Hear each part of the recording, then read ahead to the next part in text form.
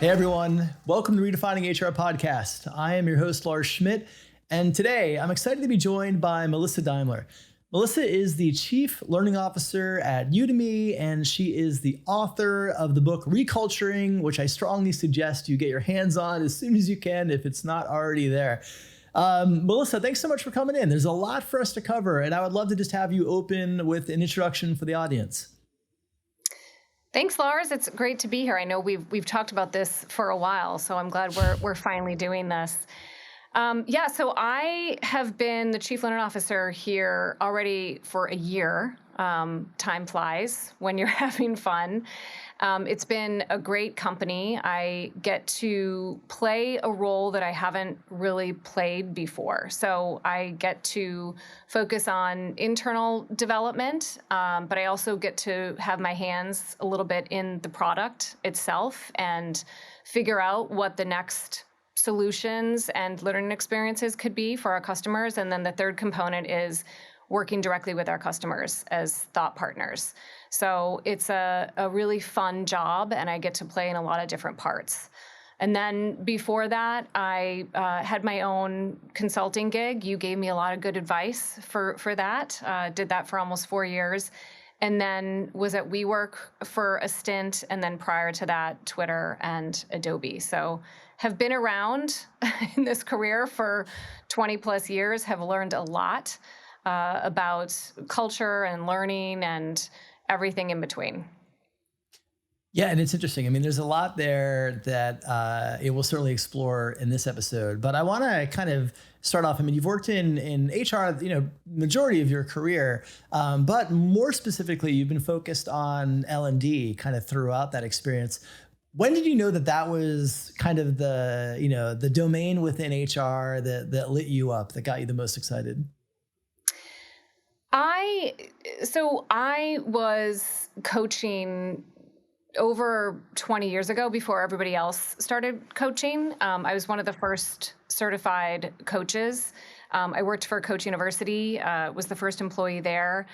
And I loved just helping not just individuals, but teams. I would work with leaders, and we would realize there were so many opportunities to work also within their teams. Like any issues that we had with that person, we realized it was more of a systems issue, that if we also worked with their team, we could create more effective ways for them to work.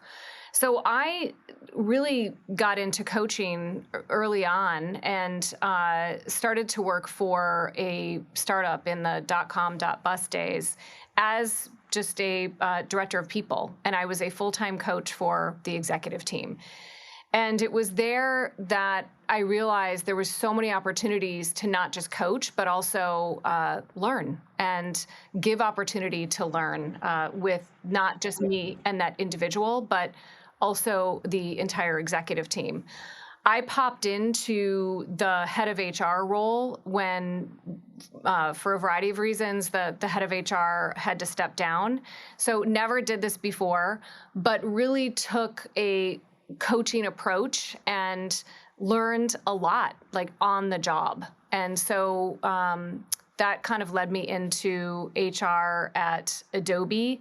And I started the first coaching program there, was an HR BP. And I always say that is such a good role to play because you're touching so many different functions of HR, and you're on the front lines of the business.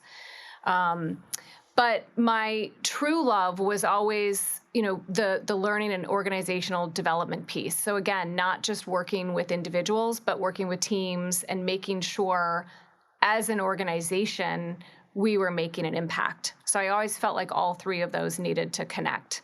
So I think a big theme of my career has been systems thinking. When you kind of pull in one area, when you shift the strategy, you should also be looking at how you're working and your culture. When you acquire a company, you're looking at all of those components. You're looking at not just the people coming in, but you're looking at your organizational structure. So I think learning and organizational development have been, key areas of focus for me throughout my career. Yeah, and I think, obviously from the time you really started focusing on this at Adobe through Twitter and even now, the space of L&OD and how we think about it and the tools we use and the modalities that we use has evolved dramatically. Mhm. And I want to take it back to kind of a hypergrowth period in your career, which was at Twitter. Obviously you were there for an explosive growth period. And I think especially as somebody who's focused on learning and organizational development, that's a really unique time on a couple levels. For one, people's their run time in jobs is maybe 6 months because as the company scales, they're continuing to grow and be stretched in new areas. That's one kind of dynamic. Another dynamic is you have lots of people moving into leadership roles for the first time in that hypergrowth. And so kind of as somebody tasked with thinking about leadership and OD in a hypergrowth environment, across all of those levels and then all the traditional aspects of learning as well. Like, Mhm. how did you approach that? Like, how did you kind of figure out, where, again, leveraging systems thinking, like where you would get the most lift from designing and developing programs to support a company on that trajectory? I think the manager is always the key role I focused on in every company I've worked. I think they are the linchpin role of the organization. So that is, I think if you take care of the manager, you're taking care of so many other parts of the organizational system. So that was one of the first things we focused on is management development. And one of the key lessons that I learned at Twitter, coming from, I was at Adobe for almost 11 years, is this idea of getting, shipping it. We called it ship it, get things out there, get V1 out there. I remember 2 weeks in, Dick Costello, our CEO, was flying by my desk and he's like, "Hey, when am I going to see the first mock-up of management development?" And I was like, "I've been here 2 weeks." And I literally met with him and I think I had like half a piece of paper with scribbles on it. There was no PowerPoint, nothing. But he loved some of the ideas and how we were connecting to some things that he was teaching around management development. So it was such a powerful lesson in getting version 1 out, which we did pretty quickly, and then iterating with your managers. So, typical design thinking, like understand where they're coming from, get something out, and then I co-created it with them as we went along. So here's some basic tenets of management. We called it Twitter Core 5: delegation, communication, how to have one-on-ones, how to coach. But then we brought in all the practical experiences that they were going through, and we kept getting feedback on, what are some things that you want to practice more. So I think the lesson was continuing to just iterate and evolve some of the things that we were working on, and we did that with leadership development. We did that with coaching. Everything that we did there, we iterated.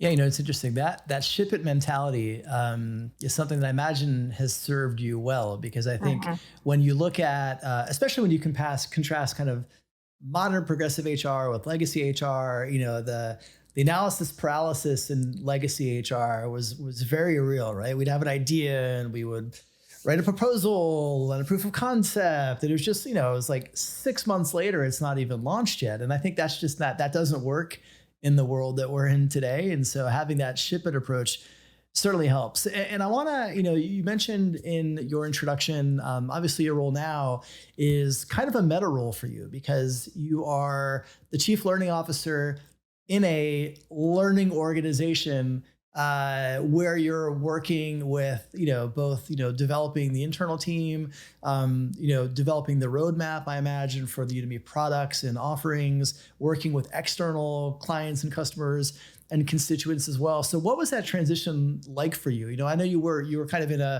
an internally focused corporate role, then in a consulting role with your own practice, and now you're in this really kind of dynamic role that's probably a bit different, leverages all your past experience, but it's probably a bit different in terms of the focus and what you've done in the past. So you're a year in now. Like, what was that transition for you, and how do you think about where you allocate your time against some of those different categories?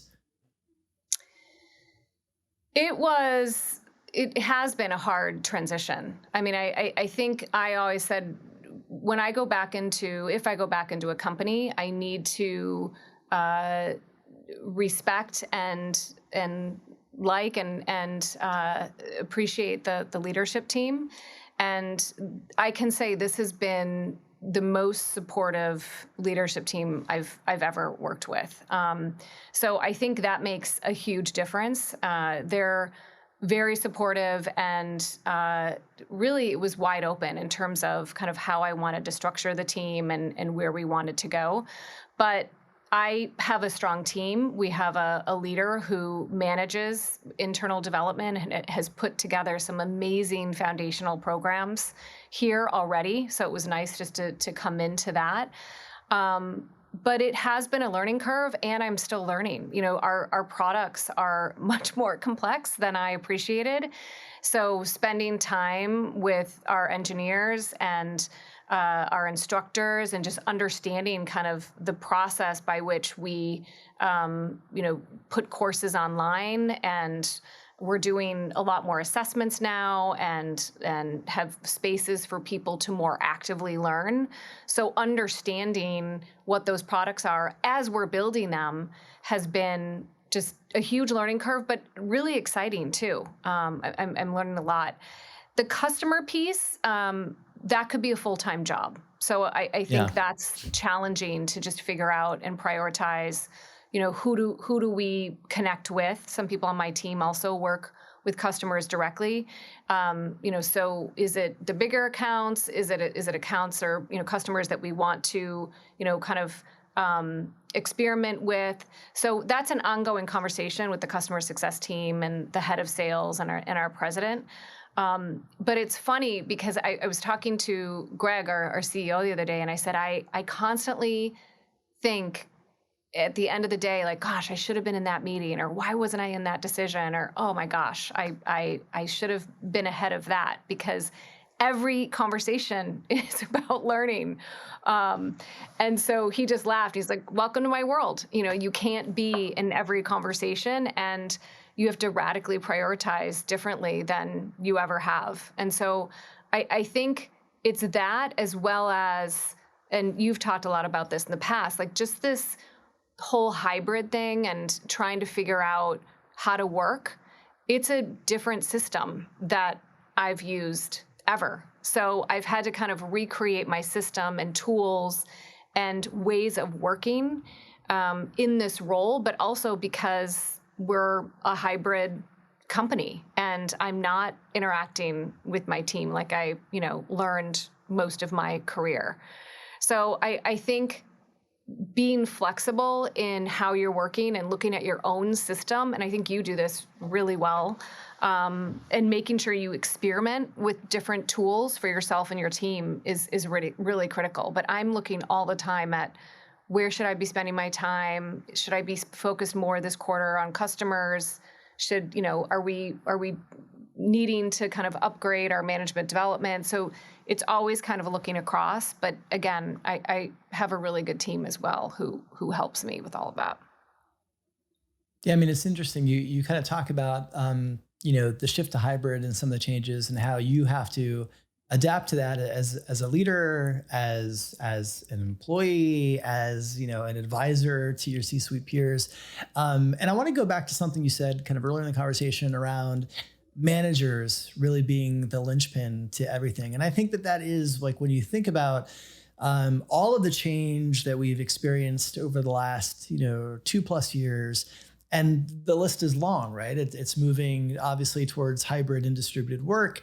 It's having different types of conversations and approaches around mental health. It's thinking differently about flexibility and where and when and how we work. It's navigating crisis after crisis. Thinking differently about how we support and where and how we use our voice as it relates to social justice as an organization and as managers and leaders. There's so much, and a lot of this is just, it may be radically different than what our managers have experienced. And I'm curious to get your perspective. Like, what advice do you have for HR leaders? Because you can have the most well thought out plans and systems to support all of these things, but if you're not able to articulate that and get your managers to understand it, adopt it, embrace it, and ultimately implement it, it's not going to go anywhere. And so what advice do you have for HR leaders who are maybe struggling to try and bring some of that, kind of new system thinking around the new world of work to their managers so that they're better positioned to support their employees as they're navigating all of this? I think a big piece is just making sure they understand the strategy. Donna Morris, I wrote in my book, was a mentor to me at Adobe, and she drilled into me early on that you are a business leader first, no matter what role you're playing. Always understand what the business is doing, what the strategy is, how the strategy has changed. So I think it's really important for both the manager and the organization to be clear on what is our strategy, where are we going, what are kind of those 5 key objectives that we're building out, and how do you and your team connect to those?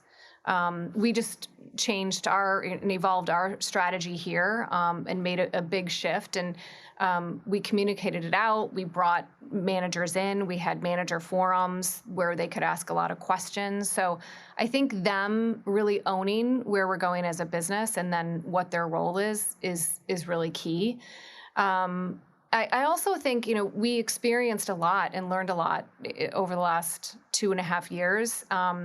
I think some of the more junior managers during the pandemic weren't used to managing through outcomes. They were managing by proximity. They wanted to connect in on, whatever tool, Zoom, Microsoft Teams, because they wanted to see you. They wanted to make sure that you were doing work versus, are we really clear on what it is you're supposed to be doing and what the outcomes are? I don't need to see you. If we're both clear, if you're good, if you're not blocked by anything, I trust you.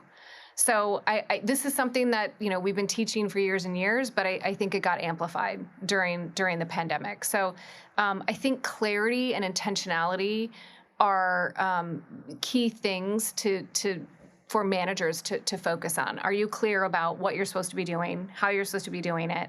And then are you intentionally using all of your tools and ways of working consistently with your team? Yeah, I mean, that's a great point. And I think that, certainly in the early days of the pandemic, when people were shifting to remote, the whole butts and seats, argument around productivity and how do I know if you're productive if I can't see you, which is always a bullshit argument. Yeah. But lots of people made it. And I think that when you look at how that conversation has evolved, I mean, I think HR historically has not done a great job, and not just HR, but business, of measuring individual productivity and outcomes. It's more of like the tasks that you're doing and not necessarily the results of those tasks. And more companies are embracing things like OKRs to, help make that more tangible and real. But I think that is a big unlock for HR the more we can build capability in helping organizations measure productivity and output of employees and teams, the better we're going to be able to support the desires people have to work in more flexible ways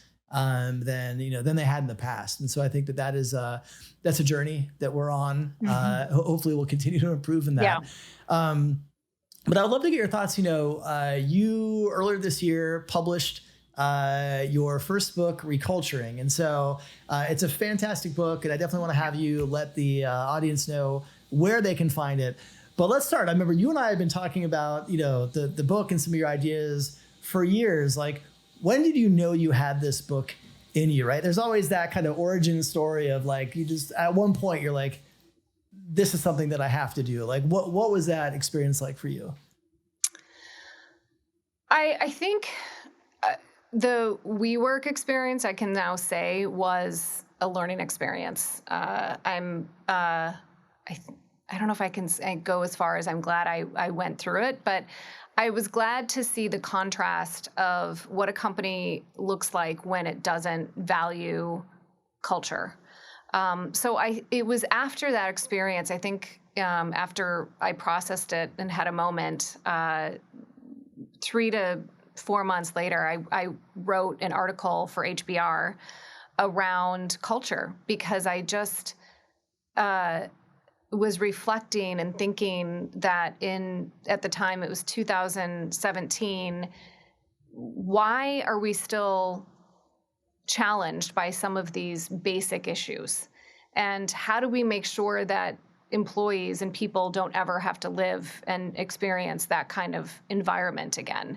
And I particularly thought about, I have 14 nieces and nephews, and, they're in various places in their career, but how do I make sure that they don't ever have to experience what I just experienced? So there definitely was a fire that got lit inside of me after that experience. And it was with that, coupled with, I was so frustrated by so many things that I had read about culture, that it was nebulous, it was relegated to HR. It wasn't really a lever. You can't really leverage it for building your business. And I experienced the opposite, especially at Twitter and Adobe, that it is a huge leverage point to use. And if I could help write a playbook and define culture in a succinct way that people could relate to and use themselves, that was what motivated me to finally write it. Yeah. And how did you land the title ReCulturing? The idea of culture as a verb versus a noun is also something I've been playing around with for years. I experienced evolving cultures at Twitter and Adobe, and I do believe that culture is continuous and that we should always be looking at culture. And so at first, David White is a poet I really like, and he had this poem just about the idea of, you kind of have to undo things. But he goes further and talks about, but you also have to look from a place of sometimes redoing it as well. So we were kind of playing with unculturing and reculturing. And then I read something about, I got inspired by unschooling, this idea of, a number of parents did not appreciate the school system and just wanted to kind of undo everything that education was about. But I realized there was a lot of good things about culture over the last 70 years. And I didn't want to throw everything out necessarily, but just how do you kind of reframe it so that we can leverage some of those good points and different ways of building culture, but define it so that it was something that could be much more operationalized. So we landed on reculture versus unculture, and I just think it better represents what companies should be continuing to do as well. Yeah, I mean, and it's such a good point you raise about, culture being dynamic and not static. And I think, that's kind of an old, way of thinking where a lot of organizations, hey, we're growing, but we need to preserve our culture. And like their culture isn't something to preserve. Like it's an evolving thing that you can steer and shape, but you can't own, and HR most definitely cannot own. So if you're looking at an organization, you're considering making a move, and the CEO is telling you you're going to own culture, that's a flag, because that is not one thing that HR can own. But right. You talked earlier about applying systems thinking kind of throughout your career, and you do in this book as well, around taking systems thinking approach to building and evolving culture. And I would love for you to expand on that, a little bit for the audience who, may be entering a role or an organization where, they are going to have to do some active work in maybe reshaping, re-steering the culture. How can they think about applying systems thinking to that work? Yeah, I mean, I think the first piece is what we talked about, which is just making sure that whatever you're doing connects to the business and the business outcomes, that HR and learning are not these kind of one-off separate functions or programs. But I define in the book kind of the organizational system and the cultural system. The organizational system being purpose, which is your why. And we've talked a lot about, especially last few years, the importance of understanding why we exist and how we as individuals and leaders in the organization help with that purpose. And then there's the strategy, the what, and then the culture is the how. So I think looking at that system consistently is really important. I wrote this in the book that, again, I would work with leaders and, we would think it was a training issue, but then if we dug a little further, there were many more. It wasn't a training issue. There were other team dynamics. It could have been something with the leader himself or herself. I think systems thinking really is about digging in beyond the presenting issue. And I just think work is complex. We're human beings. There's a lot going on there.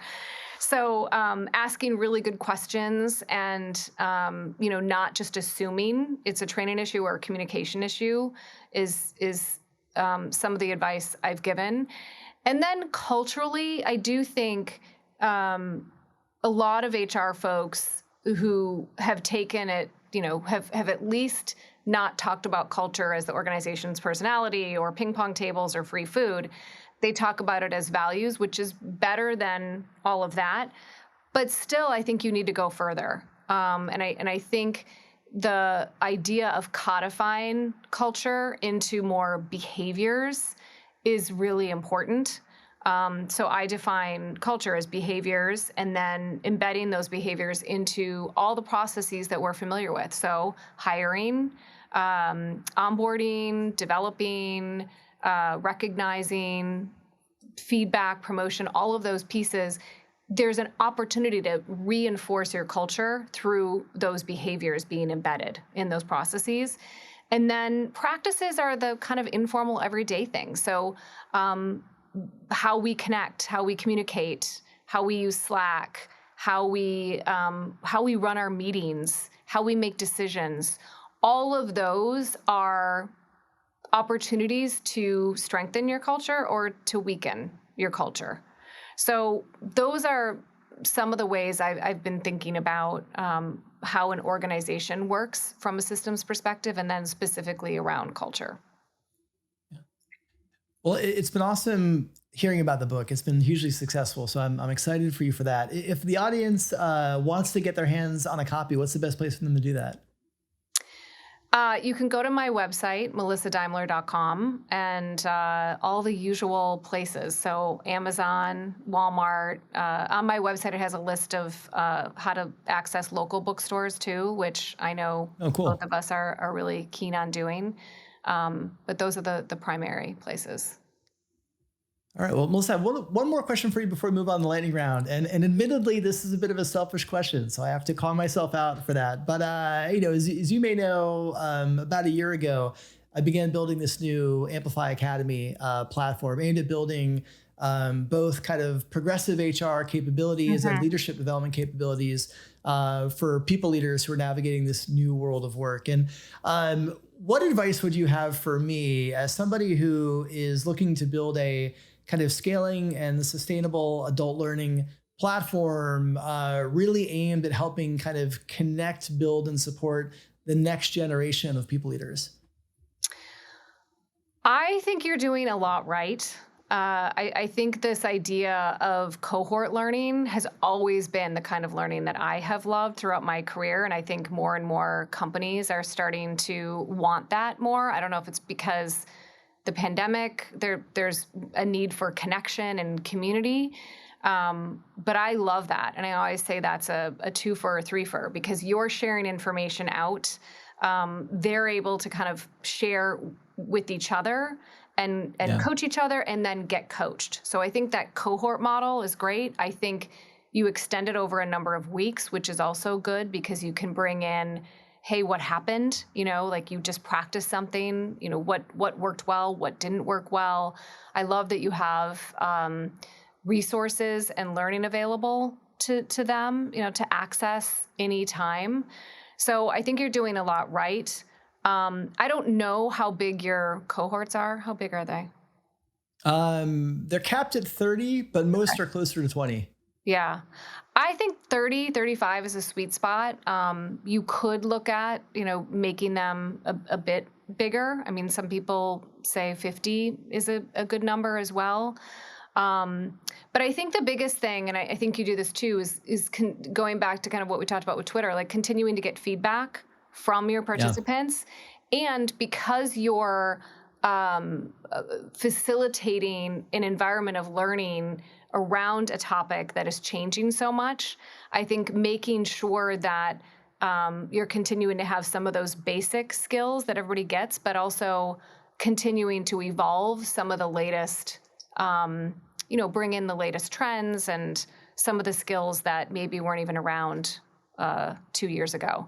So I think continuing to iterate, and again, you know all this, but looking at your content and curriculum and approach at least, every 6 months holistically, I think is a good thing.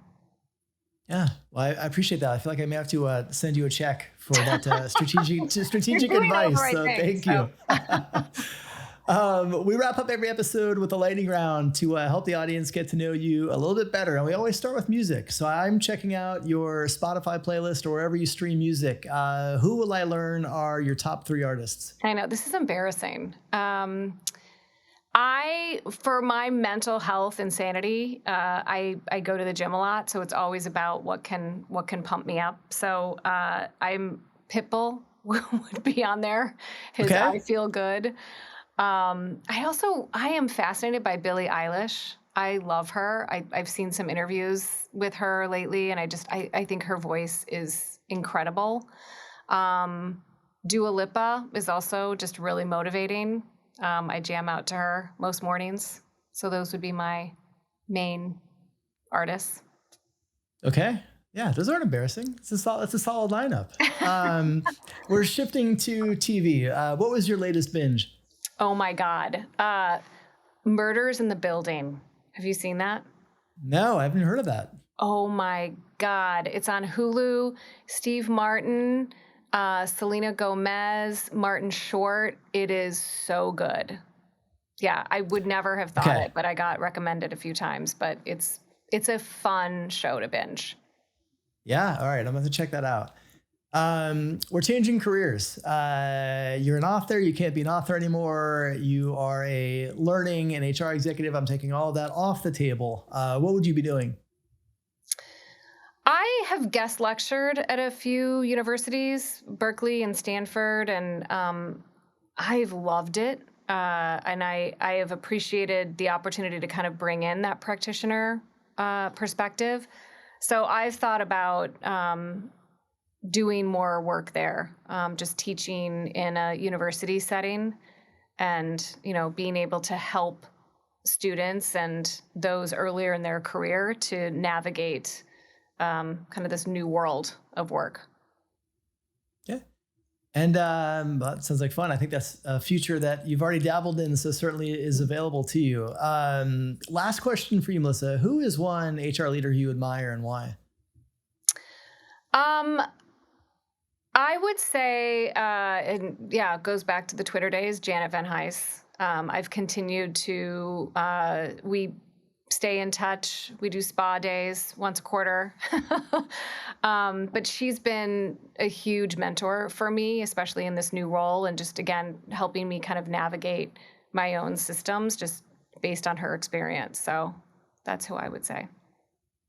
Yeah, she's tremendous. We were talking before we started recording just about the team that Janet had assembled over Twitter back in the day, and it's just an incredible lineup of talent that it's cool to hear that you all are still very much connected. So, Melissa, thanks so much for coming on the podcast and sharing your career story and your work. And congrats again on all the success with your book. Thanks, Lars. Appreciate it.